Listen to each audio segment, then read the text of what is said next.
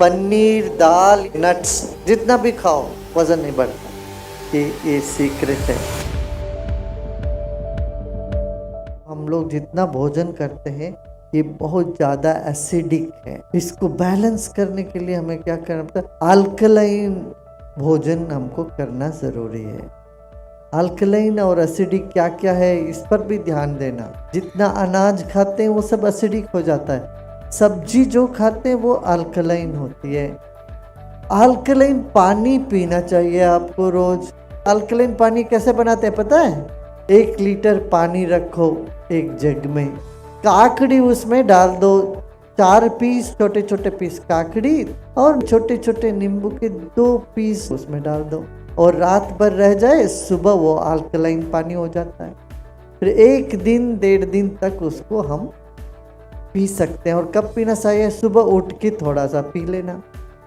फिर भोजन के बाद तुरंत नहीं पीना चाहिए और भोजन से पहले भी नहीं पीना चाहिए। भोजन करने के बाद 2 घंटे बाद उसको थोड़ा और पानी पी लो। इस तरह से करोगे तो हमारे जो रक्त है वो अल्कलाइन होएगा। ब्लड अल्कलाइन होता है तो ब्लड की अच्छा सर्कुलेशन होता है। फिर मगज का दर्द, जोड़ों का दर्द, सिर में दर्द, ये सब आप देखोगे अपने आप दूर होता है। हल्दी खाते हैं हम, हल्दी बहुत आवश्यक है।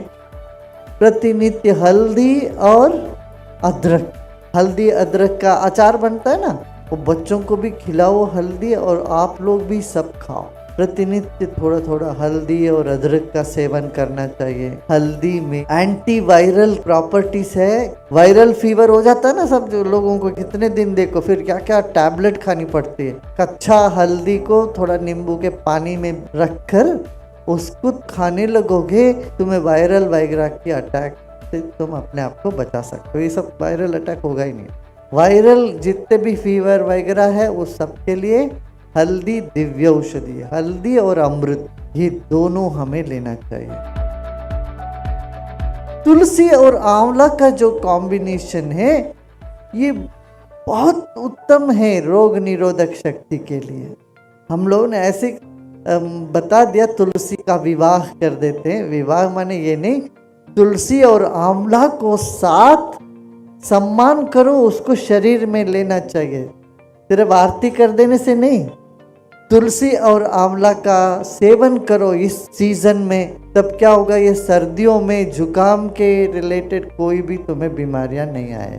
कई प्रसाद बनते हैं उसके ऊपर तुलसी रखे बिना प्रसाद नहीं बनता बोलते हैं। क्यों? तुलसी में वो गुण है जो हमारे शरीर को बल देती है। इसमें वैज्ञानिक है।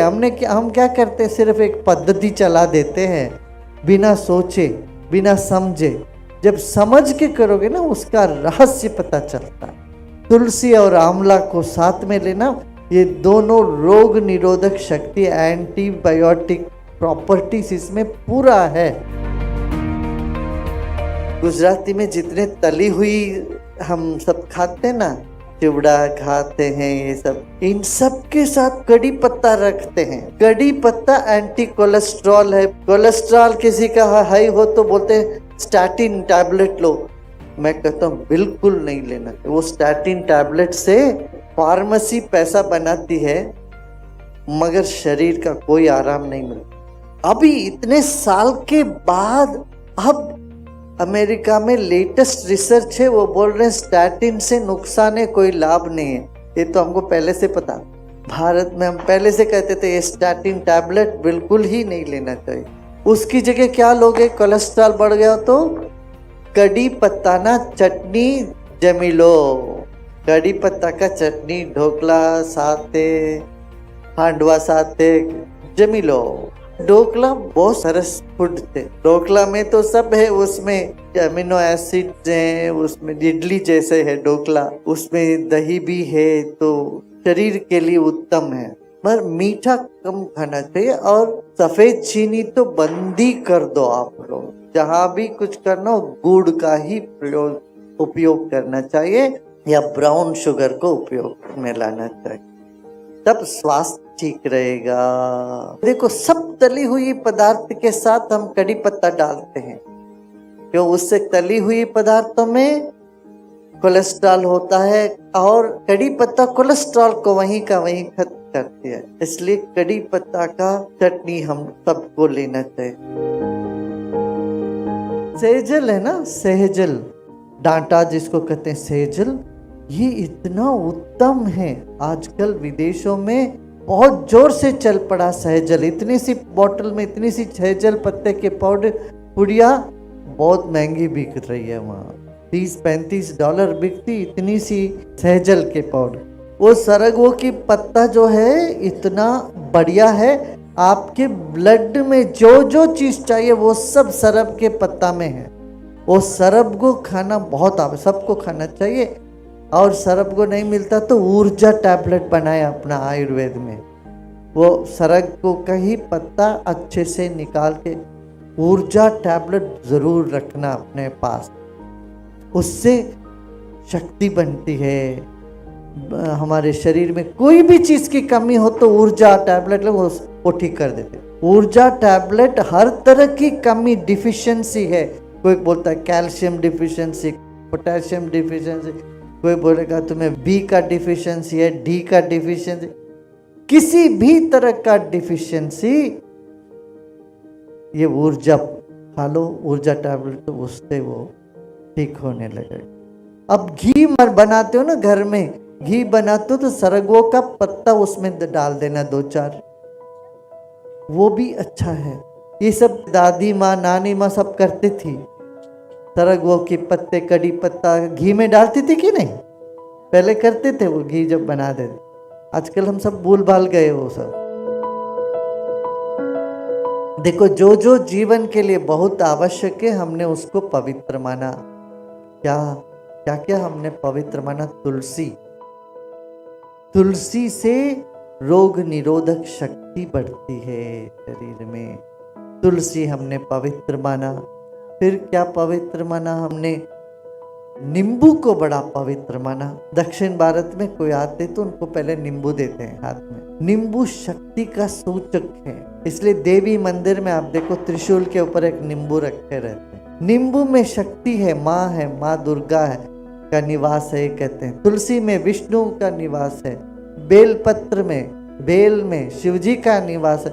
हम एक एक पत्ते को ईश्वर के साथ जोड़ के रखे हैं ताकि वो सारे ईश्वरी तत्व हमारे पौधों में, पत्तों में, फलों में निवास करते हैं। ये बात है, उनका तरंग इन चीज़ों में होता है। ऐसे जब नर्वस सिस्टम का या पेट का कुछ हो तो बेलपत्र खाते या बेल का फ्रूट खाते हैं। जब फल खाते हो, फल के साथ साथ पूरा सब खाना मत खाओ, फल ही खाना चाहिए, थोड़ी देर छोड़ना चाहिए समय। नट्स और फल एक बार खाना चाहिए। फिर जब पके हुए भोजन करते हो सेपरेट, उस वक्त फल नहीं खाना चाहिए। अब ये विदेशों में क्या करते हैं, भोजन के बाद फल खाते हैं, ये गलत है। आयुर्वेद इसको मानता नहीं है। आयुर्वेद कहता है फल को अलग खाओ, सब्जी को अलग से खाओ, दोनों को मत मिलाओ। भोजन में सिर्फ सब्जी चलता है और नाश्ता में सब्जी नहीं, फल खाओ। और बहुत ज्यादा मोटापा है तो आप कार्बोहाइड्रेट प्रोटीन को अलग अलग टाइम पर खाओ, फिर वजन नहीं बढ़ेगा। माने एक टाइम दाल खाना चाहिए, दूसरे टाइम रोटी खाना चाहिए। चावल रोटी के साथ दाल नहीं मिलाना, पनीर नहीं मिलाना। पनीर, दाल ये सब प्रोटीन है, नट्स, इसको अलग से खाओगे और चावल अलग से और रोटी अलग से खाओगे तो वजन नहीं बढ़ेगा। जितना भी खाओ वजन नहीं बढ़ता। ये सीक्रेट है। तो इस तरह से भोजन का हम ध्यान दें, फिर हम निरोगी बने रहेंगे और आरोग्य ही जीवन का सबसे अच्छा धन है। हम सब ये संकल्प लें, घर घर में आयुर्वेद पहुँचे, लोग निरोगी रहे। तो अब हम जो भी हम लोग यूज करते हैं स्नान करने में, करने में, सब आयुर्वेद की तरफ मुड़ना चाहिए। देखो शरीर में सबसे बड़ा ऑर्गन है हमारा स्किन। इस पे जितना केमिकल वाली सब हम साबुन वाबुन लगाते हैं, वो केमिकल अंदर धीरे धीरे जाके फिर अपना शरीर में स्वास्थ्य को बिगाड़ देता है। इसलिए हमें लौट के आयुर्वेद पर अपना ध्यान दें, आयुर्वेद की तरफ चलें। शरीर के भीतर बाहर सब आयुर्वेद का ही हम उपयोग करें।